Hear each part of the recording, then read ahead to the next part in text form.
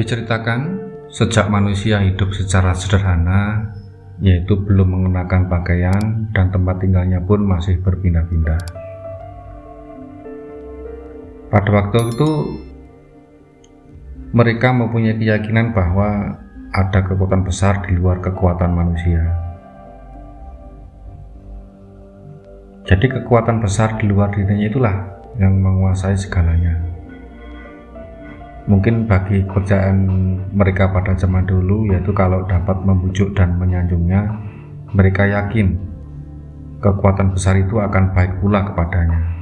Jadi mulailah pada saat itu manusia memuja dan menyembah segala sesuatu yang berbentuk besar dan dahsyat.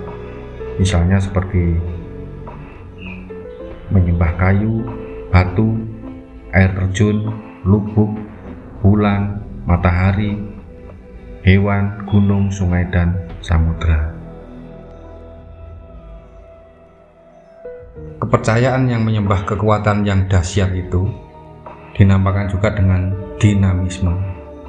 Kemudian lebih maju lagi, kepercayaan menyembah roh penguasa disebut animisme, atau menyembah roh nenek moyang mereka atau leluhur mereka. Kepercayaan dinamisme dan animisme bahkan terus berkembang hingga masuknya agama Hindu, Buddha, Islam maupun Nasrani. Akan tetapi budaya menyembah kekuatan alam dan roh nenek moyang atau leluhur itu masih membekas dan masih berjalan sampai sekarang. Bahwa ternyata manusia itu merupakan perwujudan kecil dari dunia. Miniatur alam semesta adalah manusia ini. Karena sesungguhnya dalam diri manusia itu terdapat apa yang juga terdapat di dunia ini. Jadi ada gunung, pohon besar, sungai, dan samudra. Maka banyak orang menyebut, terutama orang-orang spiritualis Jawa ya, orang Kejawen itu menamakan jagat alit. Sedangkan untuk alam semesta sendiri disebut juga dengan jagat ageng. Jagat alit selalu berhubungan dengan jagat agung. Kalau misalkan terputus hubungannya, secara pasti maka akan mati pula. Maka dari itu hubungan itu bisa diwujudkan dalam pernapasan. Bahwasanya jagat alit membutuhkan hawa untuk menghidupkan nyawa, sebab nyawa tanpa hawa akan mati. Dalam hal ini dikutip dalam Pupuh Kambuh yang bunyinya sebagai berikut. Jembaring samudra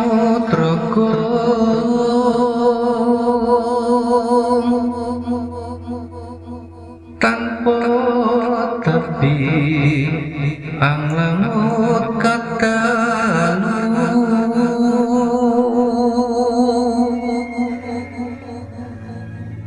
suprandene makasihku manungsa iki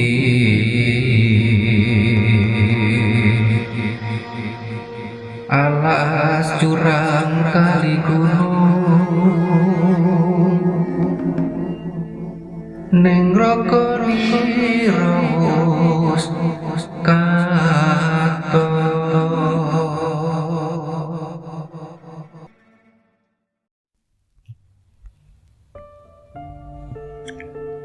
Yang artinya sebagai berikut. Luasnya samudra raya tiada bertepi dan sejauh mata memandang, tetapi masih besar adanya manusia ini, hutan, jurang, sungai di dalam diri manusia. Pupuh Kambuh ini dipetik dari serat Cipto Waskito. Mengapa manusia digambarkan lebih besar dari jagat raya ini? Karena apa yang terlihat besar dan menakutkan itu sebenarnya dapat masuk ke dalam diri manusia. Sehingga pada waktu itu panjenenganipun Pakubuwono IV menegaskan dalam baris tembang berikut ini. Tono prabedanipun jagat katon lan jagat nireku. Artinya tiada berbeda dunia yang terlihat dan dunia dalam dirimu. Jadi pada bagian yang disekarkan atau disyairkan Kambuh tadi artinya adalah dijumbuhkan atau dirujukkan dalam tembang itu tentang dunia nyata dan dunia batin sebagai suatu upaya untuk mendekatkan manusia kepada kenyataan untuk berpikir tentang hidup dan rasa yang paling dalam. Dengan membuat rujukan-rujukan itu agar manusia paham benar akan dirinya, paham akan makna hidupnya, agar tidak menyia-nyiakan hidupnya untuk perbuatan yang bukan-bukan, jangan sampai membuat kesalahan dan menghancurkan lingkungan. Karena apa yang terlihat secara nyata sebagai lingkungan hidup terlihat pula dalam batiniah pada dirinya sendiri. Rusaknya lingkungan hidup maka rusak pula dalam dirinya sendiri. Dalam hal ini juga dikutip dalam Pupuk Kambuh.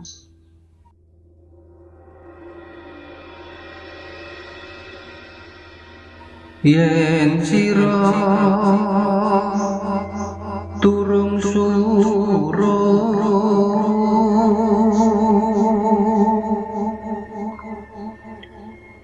tegese jagat cilik lan aku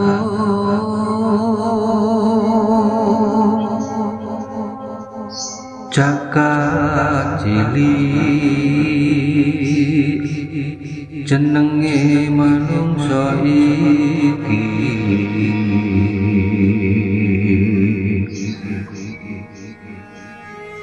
iya patinira iku yen jagat gedheya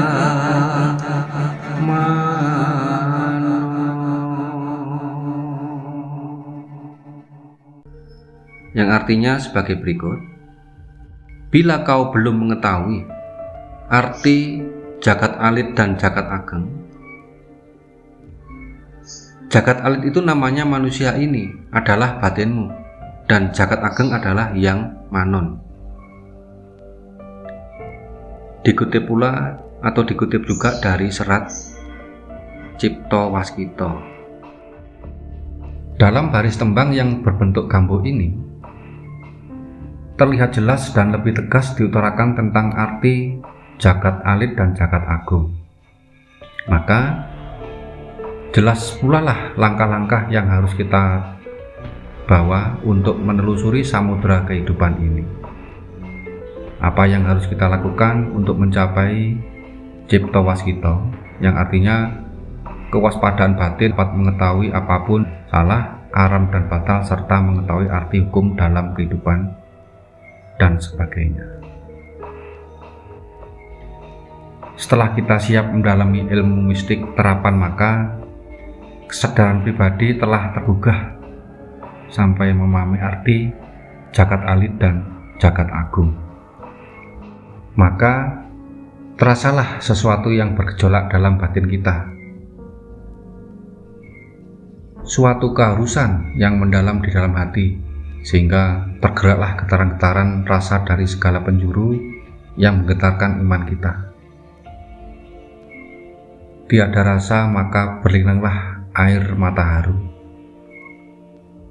Tentang tergambarkan semua perbuatan yang pernah dilakukan, semua kejahatan dan nista yang diperbuat.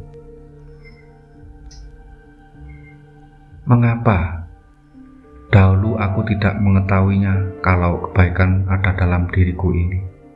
Begitulah kira-kira batin kita akan bertanya. Maka setelah semuanya telah tersingkirkan, terlihatlah semuanya dengan jelas. Becik ketitik olok toro, baik akan terlihat, adapun yang jelek pasti akan terbukti.